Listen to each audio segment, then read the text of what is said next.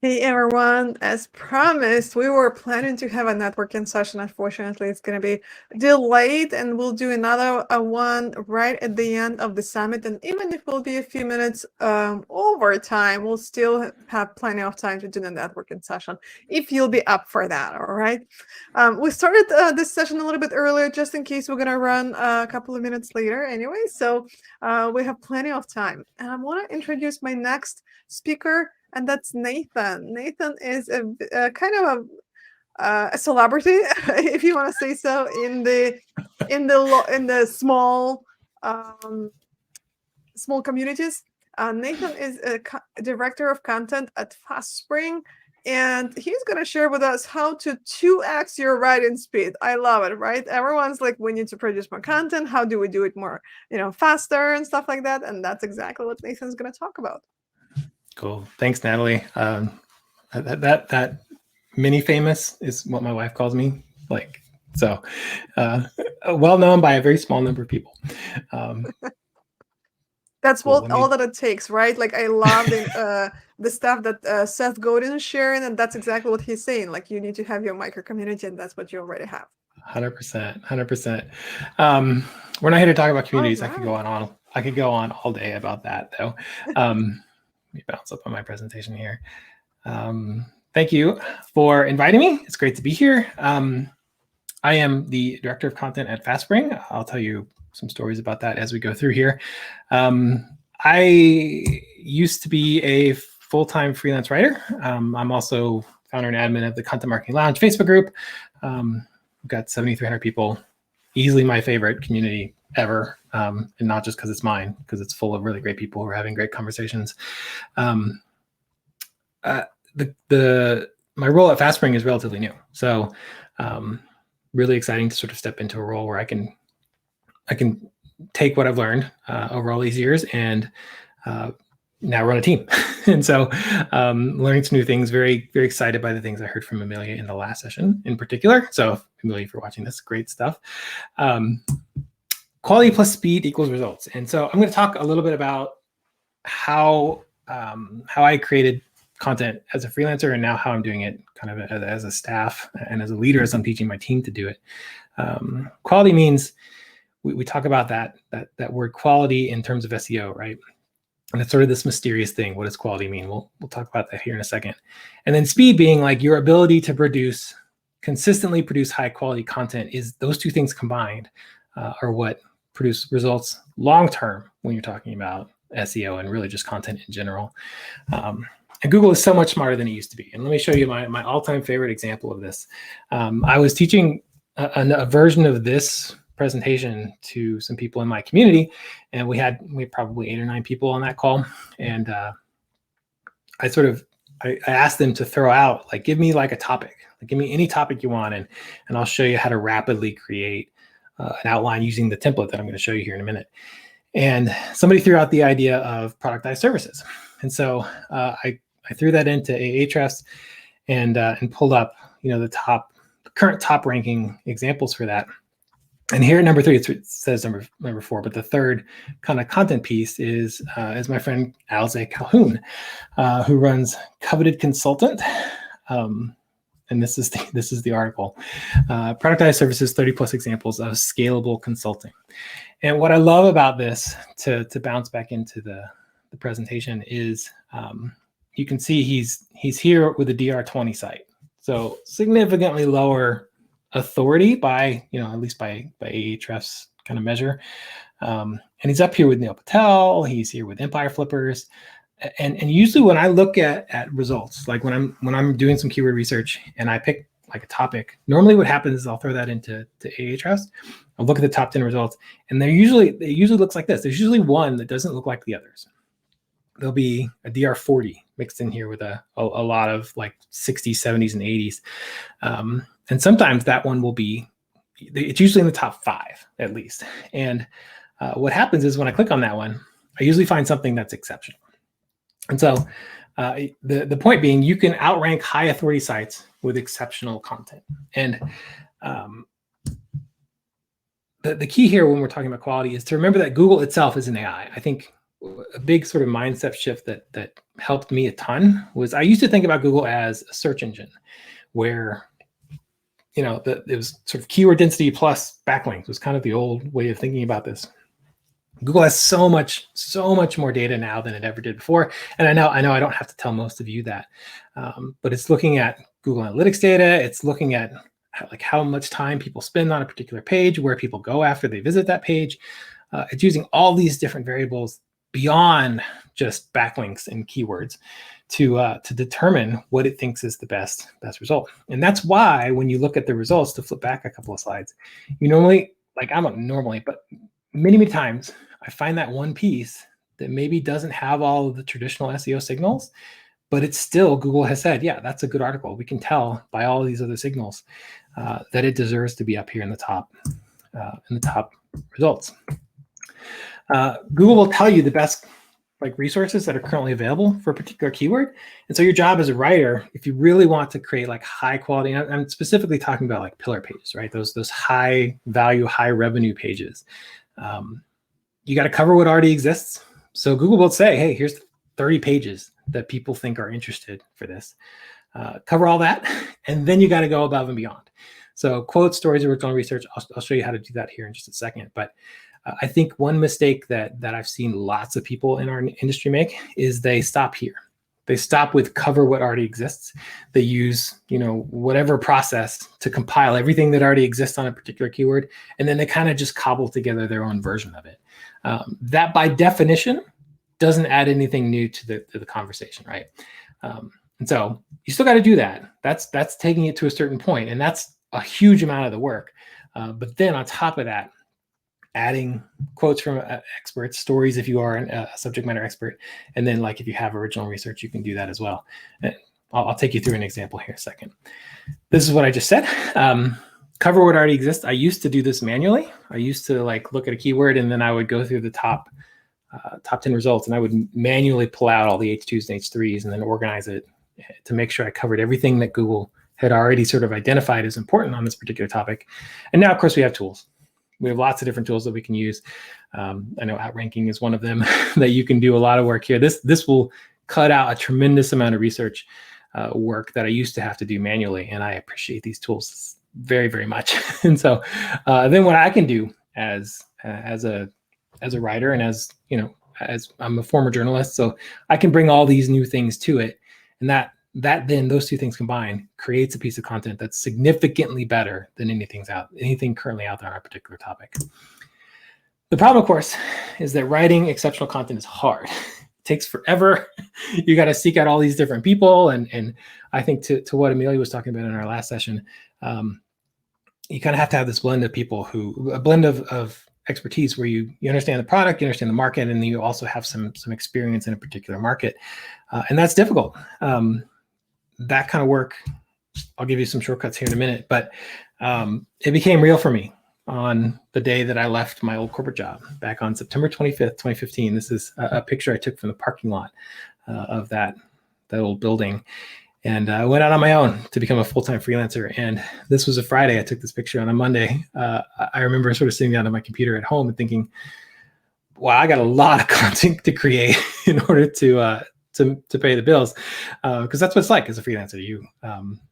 You only get paid when you actually produce. And so this is my friend Chad, who's teasing me because I left this job once, went and did something else, and then came back to it. So total of almost 5 years there. I needed to learn how to write great content. I need to learn how to do it fast. And so starting with a template is the answer to that. In case you're worried about that, if you think if I use a template, I'm going to sound boring and people are going to think my content's not very good. This is from Dan Pink's book, To Sell Is Human. Every Pixar movie ever created follows the same plot, literally the same story. Here it is for Finding Nemo. You could do this with any Pixar movie, really any of them. The hero's journey is a template. Even something as simple as problem, solution, result that we use for case studies. Those are templates, right? And so when I'm talking about educational content that is specifically educational content that's long form blog posts, long form landing pages, webinars, podcasts that you do that are educational. These are the things you're trying to do to educate your audience about a topic so that they will become open to purchasing your product. If a template works for Pixar, a template can work for us too. And this is the one I eventually came up with. And so shameless photo of my boys. I took this is from that same sort of 2016 time period when I was learning how to do this. I started calling it the rattle template just to give it a name, because I started to talk about it in my community and I needed some way to refer to it. And it has 6 steps. The first 4 are the intro. Then there's a list. And then I have the ending, which I'll tell you about in a second. And let me just sort of take you through it. This is a piece that I wrote for a company called Brandfolder. Brandfolder is a digital asset management company. And they wanted to create a pillar piece around this idea of creative operations. And so I did with this at the time I was freelancing, just what I said. I went and I searched everything on this topic, compiled it all, made sure I had that in my initial outline. And then, as you'll see here in a minute, I went out and got some additional stuff to add to it. And, but I didn't have to worry about how to organize the information because I had my template. And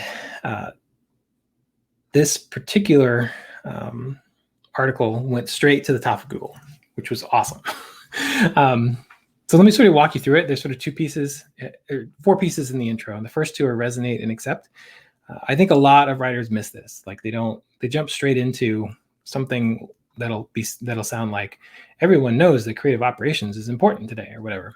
That's a signal to your readers that you're not actually an expert in this process, or that you haven't done your work to understand the pain.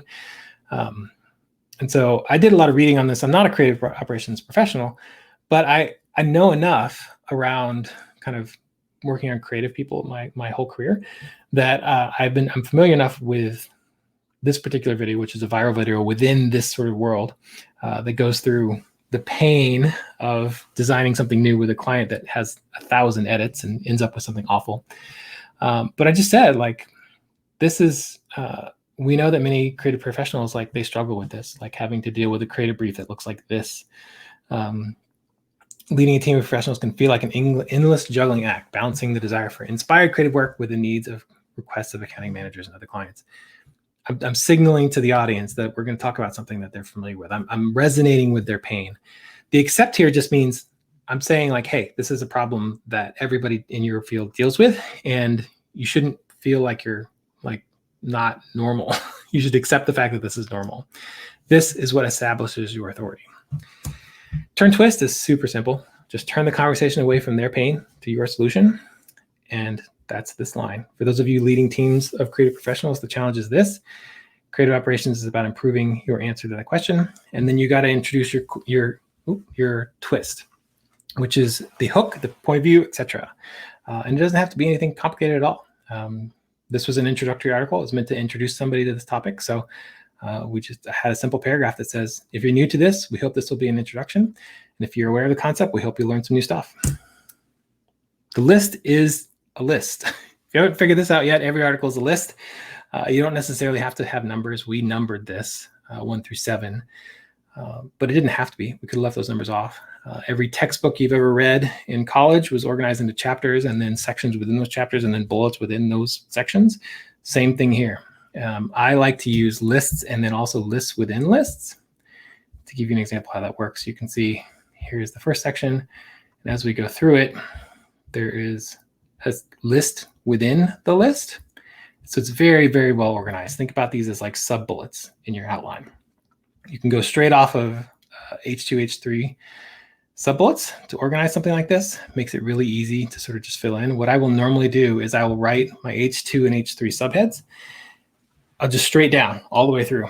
And then I'll go back and I'll just fill in the little sections. And so instead of having a 2,000 word article, I just have little like 100 to 2 word sections to write. I've got 10 of them to write. And it just feels significantly easier to get that done. My ending, I like to have kind of like one extra idea. I think a lot of people just write conclusion and then they write like a little like summing up everything that they just said. I like to have kind of like a Steve Jobs, one more thing, kind of like one more plug. And this one I went with a very journalism style, kind of like to leave you with one closing idea. Here's a quote. somebody in that article. And then don't forget your CTA. I can't tell you how many blog posts I've seen that don't have, some sort of CTA at the bottom. Just a note there. So how do you go from that? That's a template. We talked about quality, we talked about speed. But how do you go from good to exceptional in Google's eyes and also in the eyes of your reader? And that's these pieces. So really down here was sort of the big one. What I did is I compiled all the information about creative operations, including information from one of the big competitors of Brandfolder, my client, and made sure I had all that. And then I went and I sent out a bunch of requests to see if I could get 10 minutes with a couple of people who were thought leaders in the creative operations space. And it took me a couple weeks to do, but for a page of this value, we thought it was worth it. And so I interviewed Christina Carr, who was working at Facebook at the time, former director of creative operations at Shutterfly. Kevin Getford was creative operations director at AT&T. Frank DiCarlo is somebody who is a speaker and writer on the topic. So by chatting with them for a few minutes, I was able to compile a whole bunch of information that's above and beyond anything that already existed in online. And so in Google's eyes and also in the eyes of the reader, I've got something here that you can't get anywhere else. And that's what goes from good content to exceptional content. As I said earlier, quality plus speed, meaning your ability to consistently create high quality content. That's how you get results in this kind of game. Additional examples of the format, I won't go through these, but they're on my slides. They all follow the same content. This one is one from FastSpring. We just published it. Very simple in terms of format, list post. And then these two are a little bit more complex because they have lists within lists. But once you know what to look for, you'll see me using the same format every single time. This particular presentation you just saw was based on the Rattle template. And I'm using my personal stories to sort of go above and beyond. So everything I just said here could be done in a blog post and it would do really well as long as I did my keyword research correctly. So that's it. Places to follow my work, Twitter, LinkedIn. You can look us up on FastSpring. Lots of cool stuff should be coming out pretty soon in the next really a couple weeks in there. And then we'd love to have you in the Content Marketing Lounge. Just search Content Marketing Lounge on Facebook and you can find us that way. Any questions? Anything I can answer for anybody? Let's see. Are there any questions? Drop them in the chat or in the Q&A section, everyone. Oh, Nathan left the stage. Hopefully he's going to be back. We'll wait for about 30 seconds and then we'll see. Probably just press the wrong button. That happens. A lot of the work that Nathan is doing manually can actually be automated using different tools. One of the tools is Outranking. So I'm surprised that, he's out, I know. A lot of things that a couple of speakers are talking about can be automated using different tools. So check out Outranking. Hey, Nathan, welcome back. My Chrome crashed on me in the midst of that. Oh Sorry my about goodness. that. Any questions I can ask? Now there's a question. Lots of hidden links shown. Will Nathan be posting the deck? Oh, sure. Of course. Okay. If you do you have a link that you can drop here? Yeah, I'll do that just right here. And then as I'm doing that, I can answer any other questions. Any other questions? My entire Chrome went down. So everything's, I have to pull it all back up. Sorry about that. I know, that's what I'm saying. A live event is the advantage and sometimes disadvantage, right? Indeed. Things happen. I'm going to have to change. That's okay. You know what? If you send me the link, I will be sure to include it together with the recording. Okay, that'd be great. Sounds good. Nathan, it was amazing to have you here, share your expertise with us. Thank you so much. And everyone, if there are any questions, you have about 5 more seconds left. 5, 4, 3, 2, 1, blast off. Nathan, hi to those of you in the chat that I see that I know. So thank you all for showing up. I appreciate it. All right, amazing. Thank you so much, Nathan. Thanks, Natalie. Bye.